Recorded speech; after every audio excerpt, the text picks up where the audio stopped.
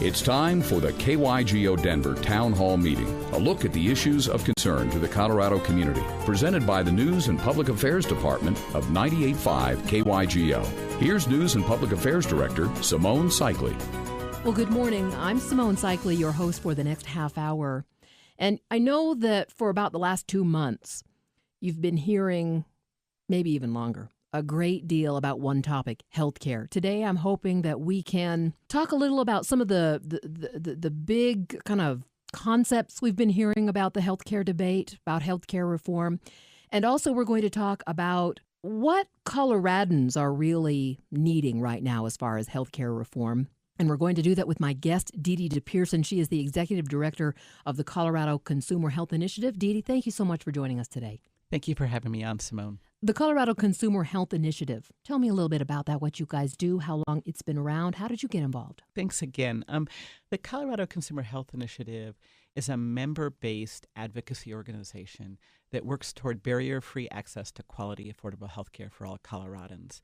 We operate by consensus, and we do a lot of policy and legislative work at the state capitol and a little bit of federal work in the last couple of months because so much is going on. I think that to understand us, we're about 9 years old, and really we were formed to bring a united consumer voice to the arenas and the areas where policy and decisions are being made about the healthcare system, and to ensure that consumers were present at that table and also helping shape healthcare decisions. So you work through lawmakers, through the legislative process. That's the general idea. Yeah, and also other ways, like there are a lot of sort of commissions and committees and rulemaking and other places where healthcare policy is made that we work on influencing and making sure that the consumer perspective is heard and help shape those as well. All right. Well, the buzzwords there are the consumer experience, the consumer needs. I've heard so much from politicians in the last several months telling us what needs to change, what they think needs to be done. We've heard a little bit from people at town hall meetings, and we'll talk a little bit about town hall meetings a little bit later. But one of the reasons why I wanted you to come on this morning was to give us, if you can, your experience working with regular, everyday Coloradans out there and what you've learned about what people need from healthcare reform in Colorado. I think that Coloradans are not unlike many other places in the United States about what our concerns are about healthcare reform. We story bank a lot, collect stories from healthcare consumers, and use that to drive our policy agenda. So we're like, what are people experiencing, and what are the policy solutions to that? But right now, I think there are a lot of commonalities, and a lot of it has to do with people's concern about being able to hold on to their health care, particularly in times of transition, particularly with the economic downturn. They're worried about stability and security. They're worried about affordability, which is clearly related to that. We've seen spiraling premiums. We see businesses struggling to keep offering health insurance and increasing the employee share as premiums go up and up and up. Our premiums just went up 29%. I'm in the same boat as any small business. I have 9 employees.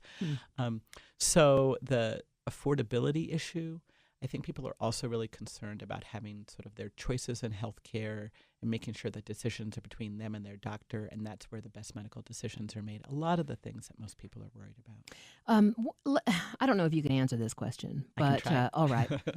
Am I wrong to assume that insurance premiums are just going to go up, that that's just a part of life, or is it incorrect to assume that? I think it's incorrect to assume that they have to go up as fast as they're going up. Okay. Certainly there's inflation. We see that every year. But when you have health insurance premiums going up at 5 or 6 or 7 times the rate of wages, that's unsustainable. That's the number that I keep hearing. Yeah. What would be a more sustainable number? Is there one? Yeah, I would say about the same rate as inflation. Okay. Unless we can hold down costs and control costs and do it by administrative efficiencies, about aligning incentives, which is a big word that says you pay people for doing a good job rather than just paying them for on sort of piecemeal, which happens with doctors a lot now, they're going to keep spiraling out of control. I didn't write these down, but I'd like to mention them again, if you don't mind. Yeah. What you've found to be people's most pressing issues and needs. And I'm going to try and remember them so that I can address them. Yeah. I would say sort of stability and security, affordability, quality, and access. And particularly in a state like Colorado, we talk about access. And access doesn't just mean coverage. It's great to have insurance coverage, but it's going to have to cover everything you need, including like dental and mental health. And particularly in a state like Colorado, where we have rural and frontier areas, it also has a lot to do with geography and demographics. Is there a doctor anywhere near you? Is the specialist you need near you? We have 5 counties that have no dentists at all. Those kinds of issues are related to access beyond just, do I have coverage? No dentists. No dentists in 5 counties. Last time I checked, it could have changed. But we have huge workforce shortages in the rural and frontier parts of our state. See, Colorado has a lot of counties. Isn't there, is it 50 plus? I think it's 64, 66. A lot of counties, and some of them are huge. Right. So I guess I can understand some of them, folks in there Right. not having. I mean, you mentioned dentists, but you've got to assume that if that's the case, then there are other specialists that aren't Right. real close by. Substance abuse, mental and behavioral health, pediatric specialties. I mean, there's a whole variety. So it's not just having a primary care provider, which is really important, but do you actually have access to the other things that you might need? Access to care, something that folks maybe might want to, keep in their minds when we're talking about what Coloradans specifically are needing from healthcare reform. Exactly. Dede de Percin is my guest. She is the executive director of the Colorado Consumer Health Initiative. I'm hoping to, as I mentioned, break down a little bit this discussion we've been having about healthcare and really bring it home for Coloradans. So, Dede, I do appreciate you trying to help us do that. My next question was going to be, after you kind of outlined what you have found as an organization Coloradans are needing, if what the president and Democrats are proposing as far as healthcare reform kind of goes along with what you have found to be the needs of Coloradans. I think that the plan there are a couple plans, there are actually 12 bills, but there's sort of 3 major bills coming out of the House and Senate that are aligned a lot with the president's plan on healthcare reform. And they are addressing a lot of the issues. Right now, one of the huge issues is what happens to somebody in transition. We've had a lot of people lose their jobs. We've had some COBRA subsidies under the stimulus package. But when people go to try to buy insurance in the individual market as some sort of bridging strategy because they don't know when they might be employed again or get insurance again, they find that it's completely unregulated. They can deny you anything. They can deny you entirely. They can deny you for pre-existing conditions. They rate you up or down on your gender. You can't even get sort of maternity coverage. And so the increased regulation around some of that and providing sort of a safety net for folks in transition, going back to graduate school, anything that's going on is a key piece. I think people want things that are fair. They want to be able to understand their insurance. They want choice in their insurance, and they want a little bit of peace of mind knowing that they have insurance now and going to be able to have it later and that their kids are going to be able to have it. And again, the system we have right now is just not sustainable, and I think people agree on that. Dede, when people think about healthcare, I'm lucky that I'm generally healthy, knock on wood. I'm wondering if there are others who might be in that same boat as I, at least as far as your experience with Coloradans is concerned, that look at these questions about healthcare reform and think, why is everybody so up in arms about this? How would you help someone in that boat understand why this is important, even if they're healthy? Yeah. I think that it's important to understand that it's really hard to judge your healthcare risk.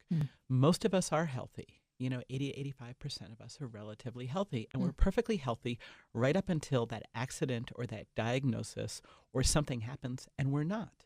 So you can go many, many years and be sort of a low user in the healthcare system right up until something happens to you and your family, and you don't know when that's going to happen. And that's why we developed insurance, and that's why we developed risk pooling, which is a key concept in insurance. Everybody pays a little bit in, and you hope it's not going to be you, but there's coverage if it is. Okay. All right. Dede de Percin is my guest, the executive director of the Colorado Consumer Health Initiative. Now, I'm going to ask you to be a little bit partisan here, I suppose. And I'm going to try real hard not to be too partisan, but I'm wondering if what you have seen from the presidents, from the general set of suggestions for how to bring about healthcare reform, would you say that these are generally good for the majority of Coloradans or for Coloradans in general? One of the things I'll say about the president's plan and the plans coming out of the House and Senate right now are that they build on what works in our current system and work on fixing what's not working. It is definitely based on the system that we already have that people understand, and the president has said this repeatedly. If you like what you have right now through your employer-sponsored insurance, that doesn't have to change. None of that has to change. What they're looking for is for solutions to people who are uninsured, who are underinsured, that are being priced out, that are in transition, for whom the system isn't working now. Okay. I take for granted that my company offers health insurance to me. And I've thought a lot about this, why that is. I guess I've been in the workforce really for about 15 years or so, maybe a little bit longer as far as real jobs go. And it's just always been the case that my employer has offered insurance. Is it fair to assume that employers just automatically offer insurance? And so that's the first part of the question for you. And the second one would be, why do we make that assumption? Well, we make that assumption because that's the system that we have. Most people get their insurance from their employer. It varies a lot about how much the employee responsibility is, their share is. We have a lot of lower wage workers, and these are really the working poor, and these are a lot of the folks that don't have insurance that don't make enough to actually buy into their insurance that's offered through their company. You know, essentially their share is too high based on what they make, and the affordability study that we did last summer highlights quite a bit of that. But it's still where most people get their insurance. That said, there was new census data released yesterday. We're seeing the erosion of employer-sponsored insurance at a rapid rate. It has to do with the economy, it has to do with outsourcing, and it has to do with the rapidly increasing cost of premiums that businesses just can't afford. Yeah. And when I say businesses, I mean nonprofits too, which are a huge part of the sector because we're in exactly the same boat. I imagine that prices going up for us also means prices going up for our employers. And I guess I would understand, I think at least on some level, when an employer has to drop insurance or when they have to ask me to pay more. Yeah. I guess I'm wondering from your point of view when that gets to be too much, or has it already gotten to be too much for like a large, well, for most people here in Colorado? I think, increasingly all the time, rates just went up again. We've been getting a lot of calls. People are struggling to figure out how to make it affordable. Do you increase sort of deductibles and copays? Do you increase employee share? But it's not just here in Colorado, although we have, I think, a more significant problem here. We have a higher rate of uninsured, and we're seeing more erosion in particularly in the small group market, which is what we can regulate here, employers 50 and under. But like I said, the census data is showing it across the board. And we see huge companies like GM struggling under the burden of providing health care to their current employees and to their retirees. So it comes back to it's a totally unsustainable system. The costs are getting so high for anybody. We have state employees that can't afford to buy into the state employee insurance program. So we're going to have to figure out how to really address the affordability and the cost containment, and that's a big part of the president's plan. Yeah, this is going to be another naive question, I'm sure, but how do we keep costs from going up? Is it possible? Because as long as I've been paying attention, costs just seem to go up and up and up. Yeah, in everything. Nothing gets cheaper. There are a lot of strategies. I mentioned earlier sort of aligning incentives. Right now, in contracts with insurance companies, often doctors and other providers, nurses, PAs, dentists, are paid for sort of the number of things that they do, and not based on treating a whole person and the outcome, what we might call an episode of care. So they order more and more tests and order more and more things because that's how they get paid reasonably. So if you switch that sort of incentive to say, you're going to get paid this much to treat this episode of care, they're very much more interested in outcomes, and there's a disincentive to order a bunch of tests. We've seen how this works. Your listeners have probably heard about a lot of media and publicity that the Quality Health Network out in Grand Junction has gotten. I was just going to ask you about that. Around keeping down costs and having great outcomes. Well, there is a system that has done it, and they've been doing it over a long time. Now, it's taken time to develop, and that's one model. There are others at the Mayo Clinic in Pennsylvania, at the Geithner Clinic, or Geithner System. But there are just ways to do it, but the incentives right now don't actually align around that. What's incentivizing Grand Junction? I think, you'd have to talk to them because they're sort of the experts, but they really sort of took a look at how small their community was and the number of tests that were being ordered and how things were working, and said, wow, if we actually sit down and collaborate and, and exchange information, which is another huge part of it, health information technology and electronic medical records. I actually sit on the board of the Colorado Regional Health Information Organization. But that's about saying, okay, how can we make this easier for docs so they know that a test has been run and they can pull that to their computer and say, okay, I can see your MRI, I can see your CAT scan, I can see what kind of drugs you're on. It's going to help eliminate errors. It's going to help eliminate duplication. It's going to actually help streamline costs to have those electronic medical records and health information technology all around the state and between your doctors. Is there going to be, let's just take that one little part, making our health records electronic. Would there be an initial increase in cost because of the technology that's required to get into the offices and get into the other places? There's always an investment in infrastructure. And in fact, a lot of this, or some of it, has been addressed under the stimulus package. There is quite a bit of funding in the stimulus package that's going to states for developing health information technology capacity. So the answer is yes, but when you look at places like the Quality Health Network or Kaiser Permanente that have done this, it pays off. It pays off in so many ways. And it's also a great consumer engagement and sort of empowerment tool, which means that I can look at my medical record and understand what's going on. And more significantly, I have an 88-year-old father in Florida. With his permission as power of attorney, I can look at his record and help manage his health care because he's getting older and doesn't always hear or understand what he's being told. Yeah. My father passed away in a hospital and was sick for many years. And his last bill, and I've mentioned this a couple of times, the hospital was $60,000. And luckily, he had a great pension, he had great insurance, and he had help from the government with Medicare. I wonder sometimes if my mother were to look through that bill and see things written out as far as what was paid for. My general question here for you, Dede, is how can I, not being a doctor, look at a bill or truly understand the costs of medicine? I think that's what some people wonder about. How can we truly understand the costs of healthcare when we see a bill for an aspirin that cost a great deal more than we would pay for it at home? Well, I think you're getting both at the quality issue and the value issue that people are looking to see, and that somewhat overused word transparency. But you're absolutely right, because every provider you see and every hospital you go to has a billion different sets of rates, depending on their contracts with different insurers. So if you're covered by one insurer, the hospital is contracted with that insurer for a set of rates. Another insurer different, another insurer different. If you're in the high-risk pool here in Colorado, which is called Covered Colorado, that's a different set of rates. And somewhat ironically, if you're self-pay or uninsured and you have no contract, generally you pay the highest rates because you have no contract with the hospital. They can really charge you whatever they want.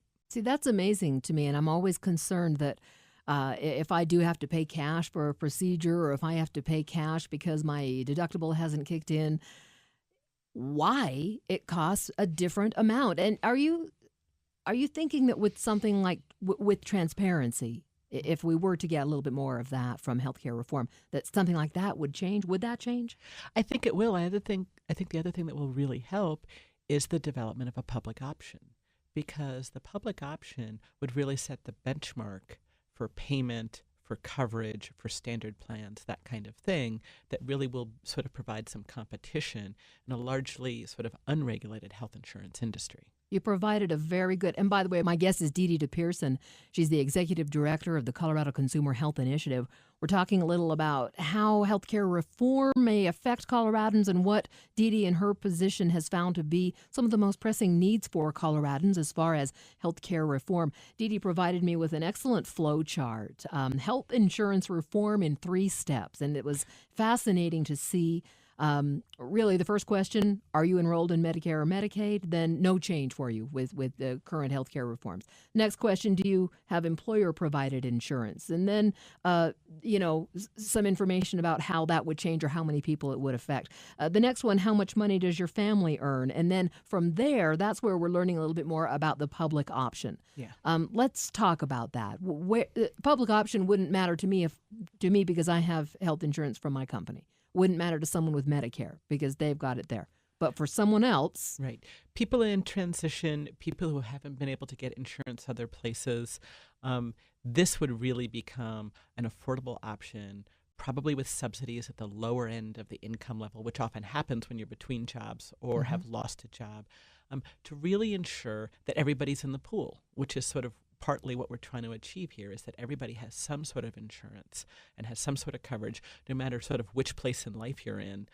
If you're going back to work, if you've left to take care of a child, if you're all of a sudden develop a chronic condition or an accident, or a high use need, that you're always going to have some sort of coverage, because that's what's really going to help stabilize what's going on and provide security and peace of mind to folks.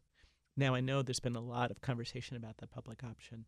And really all it is another choice for folks when there aren't any choices for them right now. In our individual insurance market, as I mentioned earlier here in Colorado, you can be denied flat outright. They're just not going to insure you. Or they're going to insure you, but they're going to exclude all your pre-existing conditions because they don't want to cover those. Or they're going to rate you up on gender, and it's not going to cover maternity or pregnancy, So it's saying there ought to be a place for folks to go. We do have a high-risk pool in Cover Colorado if you can't get insurance, but it's very expensive, and it's taxpayer subsidized already. pre-existing conditions, it's one of those words that we've heard tossed around a lot. Let me just ask, maybe you don't know this, but let's use my personal example. I fell roller skating a couple of months ago. I had an injury where I couldn't sit for a little while. Oh, no. I'm amazed at the human body's ability to recover because, a few months later, I'm feeling completely back up to 100%. I went to my doctor and asked her a few questions. Do I need to have an x-ray, anything like that about this? In 10 years, Dede, if I have suddenly problems with my back, is that a pre-existing condition? And because I went to my doctor, they know about this? Yes, they know about it, and yes, it probably could be a pre-existing condition. And I think the bigger concern, and we've seen this about what they call rescission, is buying insurance, and this is less likely to happen if you have employer-sponsored insurance, but buying insurance, maybe in the individual market, you go out on your own, you're working for yourself, you've bought insurance, and you develop something else entirely, breast cancer. And they go back and look at your application and say, wow, you didn't tell us you had a hip injury, and therefore all the insurance you've been paying for is invalid because essentially we think you lied to us. I see. And so the piece about rescission, and it not even be based on sort of something that I failed to disclose intentionally or that it was something related to the problem I'm having now, but it's a great business model, honestly, for insurers, particularly in the private market, to essentially privatize profit and socialize risk. They only want to insure healthy people. And that's a great business model, but it's not what insurance is about. Insurance is about risk pooling. Risk pooling. Yes. All right. Everybody in the pool, like I said, everybody pays a little bit in, and you hope you're not the one that's going to develop some incredible condition or be in an accident. But if you are, that's what it's there for.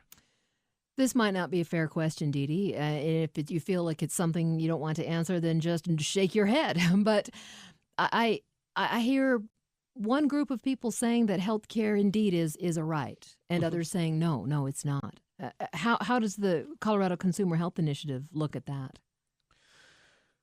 We believe everybody deserves to have health insurance and actually access to health care. Okay. And right might not be quite the right framework, but I think it is a value that we have as Coloradans, and I think it's a value we have as Americans about the common good of providing basic services. I tend to think of it more as a utility, or like education, or like roads or fire or police or libraries, things that we've said, this is what you have for the common good in a civil society, and that's who we are, and so we provide it for folks. All right. An interesting take on that question. I appreciate you answering it honestly. Dede, you work in Colorado. You work with Coloradans, and you say you work within the legislative process, of course. Where are our lawmakers on all of this, and how would you say Colorado fits in with other states as far as looking at health care reform from a statewide basis? Well, it's a challenge for us because we are one of the wealthiest states in the country, and yet we have one of the highest rates of the uninsured. We have our uninsured rate continues to go up. This year, the uninsured rate has gone up across the country. It's still above average in Colorado. But last year, when the uninsured rate went down, ours still went up. We have extremely lean public programs, particularly Medicaid, although that's starting to change under a law passed last year, the hospital provider fee bill. But it is unfortunate and something I think, really sort of a reflection on some of our priorities as well as some of our fiscal constraints in the state, that we are a wealthy state that still can't find coverage for the folks in the state, and it's really unfortunate. And I think more and more people are feeling the effects of that as they lose their jobs or, take furlough days and, or lose their benefits, and finding that they think that there's a safety net, but the safety net is severely strained and really inadequate. Right now, Dede, if someone is having difficulty with a health issue or getting insurance or wondering kind of where to turn, would you have any thoughts or suggestions for them? Well, two things, and I don't want to get slammed by calls, but this usually happens. We have on our website and put out a guide to services for the uninsured in the state. Right now, it's about 2 years old. We're in the middle of updating it, but there actually are services and programs in there that people can look up. It's a little bit complicated to go through. There are public programs, there are private charities, there are community-based charities. But it's also, I think, one of the struggles is the system is amazingly complex. We don't have one healthcare system. We have about 15 healthcare systems. That's a good point to bring up. Because we have the VA, and we have Medicaid, and we have Medicare, and we have CHIP, and we have the individual insurance market, and we have large and small employer markets, and then we have the high-risk pool, Cover Colorado, and negotiating your way among all those systems and trying to figure out where you fit and where you might be able to access insurance and healthcare is incredibly difficult.